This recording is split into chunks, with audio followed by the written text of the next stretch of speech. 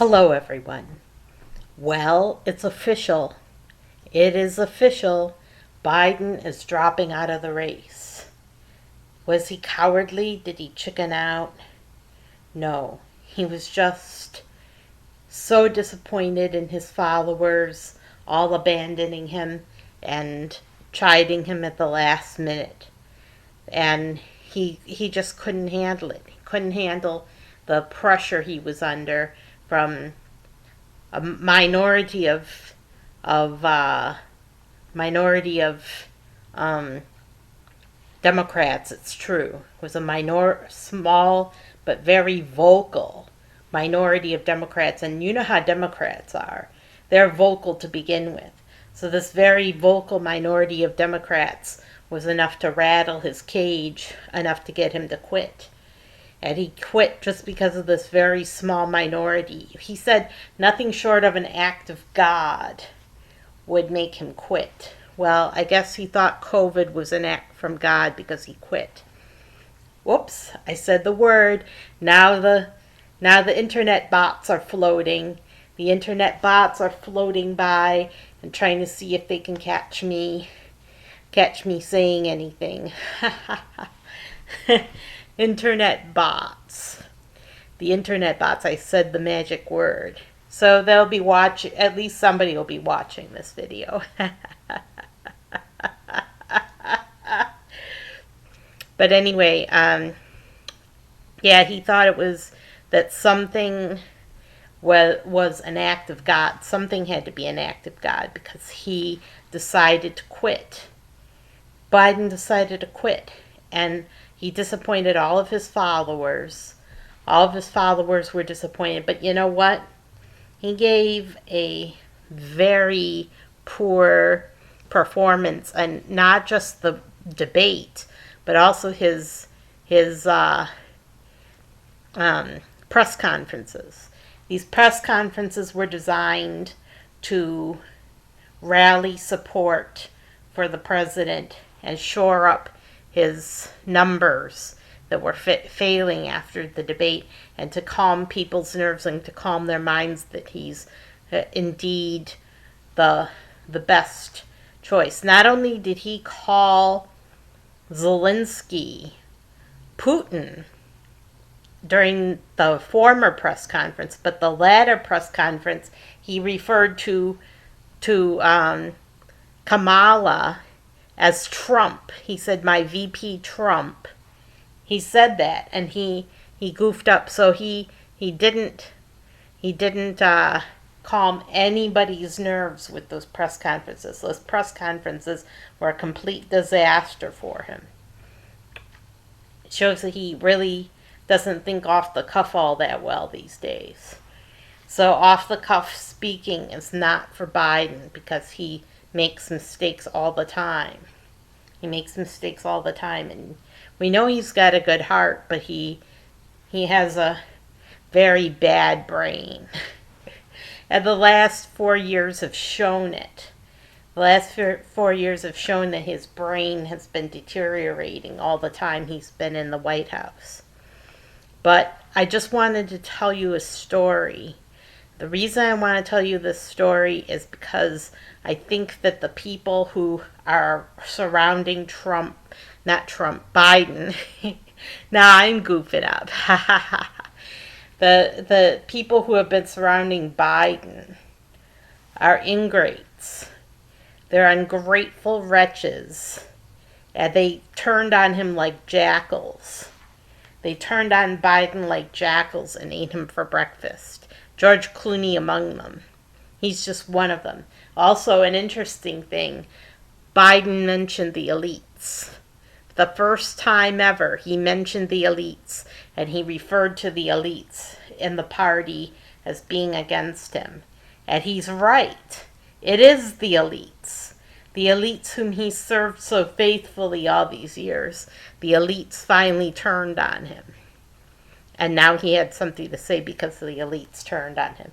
So he's out of the race because of the elites. The elites are very dangerous, and you don't want to make them mad. You don't want to make them mad. The elites get what they want. The elites get what they want, and what the elites want, they get.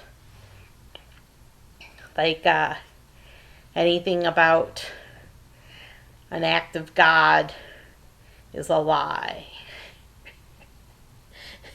Because they don't believe in God. So, or goddess. They don't believe in goddess either. They don't believe in God. They don't believe in goddess. They don't believe in anything. So the elites, at least the democratic elites, don't believe in anything. So if that's if anything having to do with an act of God is a lie, then the elites win out. So, but Biden's going to give his big address tomorrow. Ooh, big address from Biden in support of Kamala Harris. He reads off a teleprompter well enough, so he can handle a speech from the Oval Office. But what about Harris? We do not want Harris for president. No way do we want Harris for president. He's supporting Harris all the way, 100%. Like Trump says, she's more radical than Biden. And she is more of the same, only more radical. So she might be the very first person in the White House that hates America. She might be the first American-hating person in the White House. The very first person who hates America in the White House. Do we want our first person who hates America in the White House? I don't think so. So I'm not voting for Kamala Harris. Vote for just about anyone, including Trump, and before I vote for Harris. So this story illustrates why I feel so strongly about people who turn on their friends and benefactors. This story goes back, way back, in a way back machine, to age of 18. Now, it's another story altogether why I was still in high school at age 18.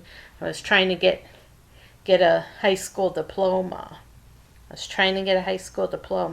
And I was still in school at age 18. And I was at the school, and it was a private school, and I was taking foreign language. And while I was in this class where I was taking foreign language, there was this little boy with glasses, okay? Glasses boy. He was the tiniest person in our entire class. He was this petite little boy in this high school class.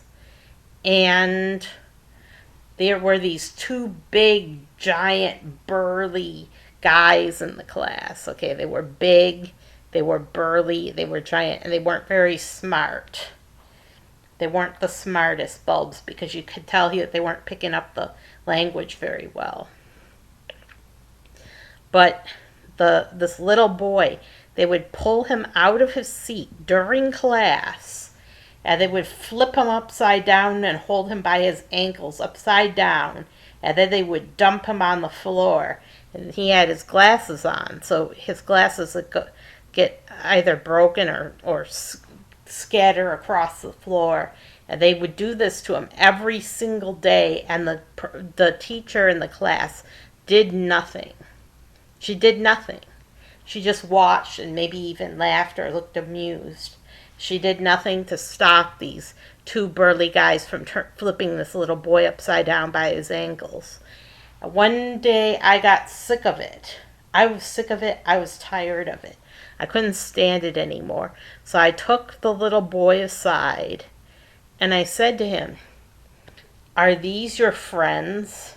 Do you enjoy what they're doing?" And he said, "No, they're not my friends, and I do not enjoy what they're doing." I said, "You need to report this to the office immediately." And he said, "Oh, I'm sure they don't have time for my problems." little boy had low self-esteem, apparently. And I said, oh, yes, they do have time. And I said, report it to the principal. And he said, what if the principal doesn't have time for me? What if he's busy? And I said, then report it to the vice principal. And he said, well, what if the vice principal is busy and doesn't have time for me? I said, then report it to the school psychiatrist or psychologist, the school psychologist, I said. And then he said, well, what if they don't have time for me? I said, then tell the secretary what's going on. Just find somebody who's willing to listen to you, and don't rest until you've gotten your story told. And he said, okay. And he went away. The very next day in class, there was a new teacher. A new teacher. They had replaced this old teacher overnight and gotten a new teacher for our class, for our foreign language class. And the moment she laid eyes on me, very moment she saw me, the very moment she laid eyes on me, she gave me this look. Just a look. She didn't know me. She didn't know me from anywhere from before. She gave me this look of total pure hatred. Total pure hatred. Like that. And she looked at me with, I can't even describe to you. She looked at me with pure hatred in her eyes. She hated me. And then the boys did the same thing they always do. They went over to the little boy's desk and they pulled him out of his seat and flipped him upside down by his ankles. And the teacher immediately stopped them and sent them to the principal's office. And needless to say, those boys never flipped the little boy down up by his ankles ever again.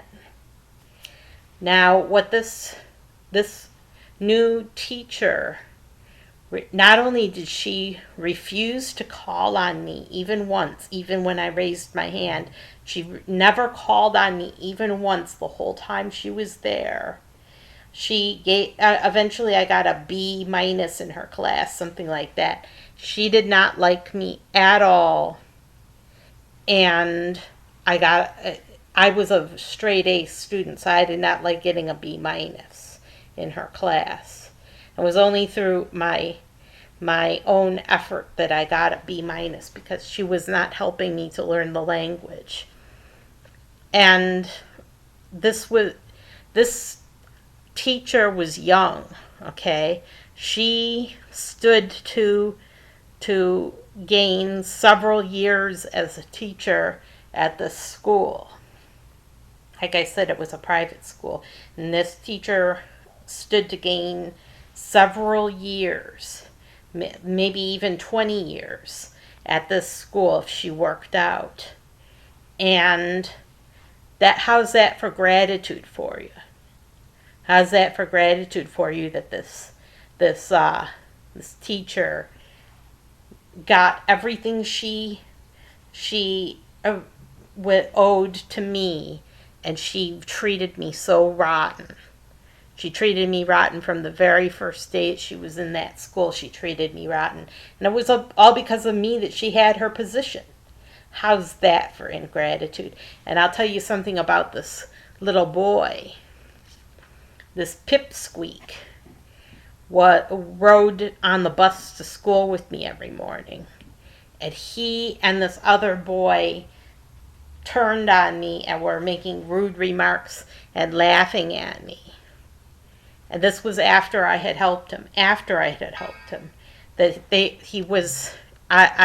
him not be flipped over by his ankles every day, and he and this other boy, who wasn't really his friend at all. This other boy wasn't his friend. It was an older boy, and thought he was cool.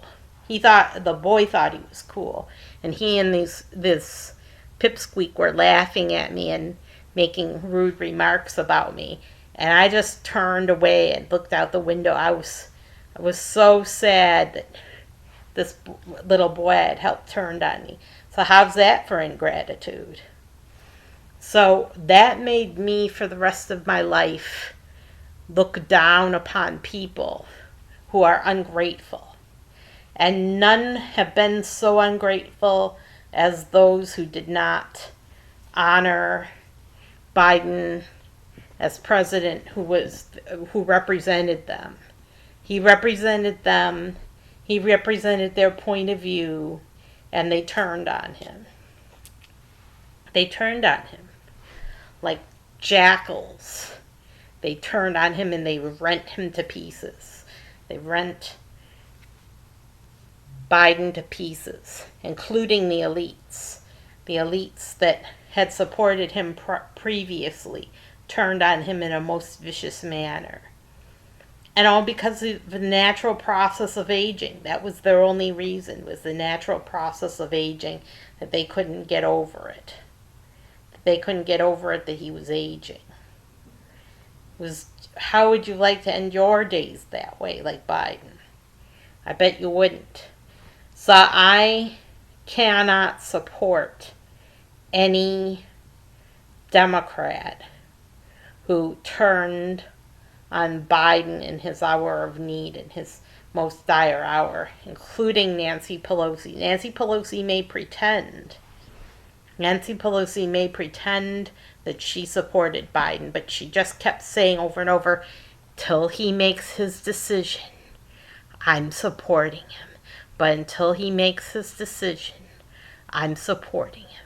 Until he makes his decision. She kept repeating over and over, until he makes his decision, because there was only one decision from Biden that she would accept, and that's his resignation. You don't say that over and over and over after someone has already given their decision, made their decision, and said they're staying. She wouldn't accept it. She said, he's got a very important decision to make, and there's only one right answer. He must leave. She didn't say that, but that was what is implied by her repeating over and over, he must make his decision, when he had already made his decision. So Nancy Pelosi, in my book, is a villain. She's a villain. And Harris is benefiting from this. She gets to be the run for president now, without any competition at all. Without any competition at all, she just gets an automatic vote. That's because the elites have backed her up. The elites are behind her, and Biden is behind her, and she just gets an easy pass. She gets a free pass.